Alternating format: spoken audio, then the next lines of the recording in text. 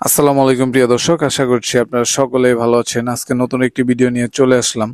তো দর্শক বন্ধুরা, আপনারা আমাদের গত কয়েকটি ভিডিওতে দেখতে পেয়েছেন যে আমাদের গাড়লগুলো নিয়ে আসা হয়েছিল একটি পিকআপের মাধ্যমে সেই উত্তরবঙ্গ থেকে। তো এরপর আনার পরে কিন্তু এইগুলোকে যেভাবে এনেছিলাম সেভাবেই কিন্তু আমরা লালন পালন শুরু করে দিয়েছিলাম। আমরা কিন্তু ওদেরকে গোসল করানো এরকম কোনো প্রস্তুতি নেও নাই বা করায়ও নাই, যাতে ওদের ঠান্ডা না লেগে যায়।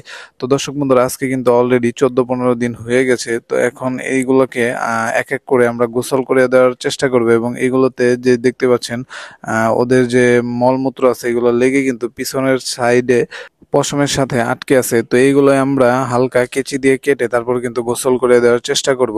তো ওরা অনেক বেশি নোংরা হয়ে গেছে, দেখতে পাচ্ছেন এই যে ওদের উপরে যে চিহ্ন দেওয়ার জন্য যে লাল মার্ক করাও ছিল এগুলো কিন্তু রয়ে গেছে। তো ওদের দেখতেও অনেকটা নোংরা লাগতেছে।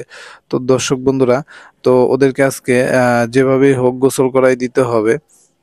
প্রিয় দর্শক, আপনাদেরকে হয়তোবা গত একটি ভিডিওতে আপনাদেরকে দেখিয়েছিলাম যে ড্রাম কেটে কিভাবে গারলদের জন্য আমরা খাবারের পাত্র তৈরি করলাম।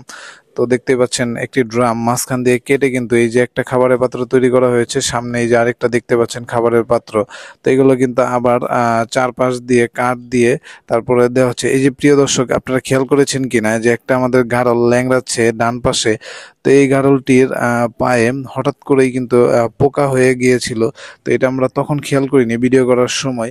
তো পরবর্তীতে মানে আমরা যখন এই ছাগলটি বা গারলটিকে ধরে তারপরে আমরা যখন ওর পা গুলো চেক করতেছিলাম, তখন দেখলাম যে ওর পায়ের যে গোড়ালি আছে এখান দিয়ে কিন্তু একদম অনেকগুলো পোকা তারপর আমরা বের করেছি। তো সে ভিডিওটি আমরা করতে পারিনি, দুঃখিত এর জন্য।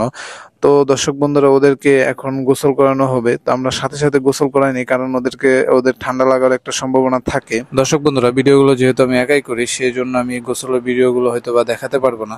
তো এই ছিল আজকের ভিডিওটি যদি ভালো লেগে থাকে তাহলে অবশ্যই লাইক, কমেন্ট, শেয়ার করে দিবেন এবং আমাদের চ্যানেলটি সাবস্ক্রাইব করতে ভুলবেন না। ধন্যবাদ সকলকে।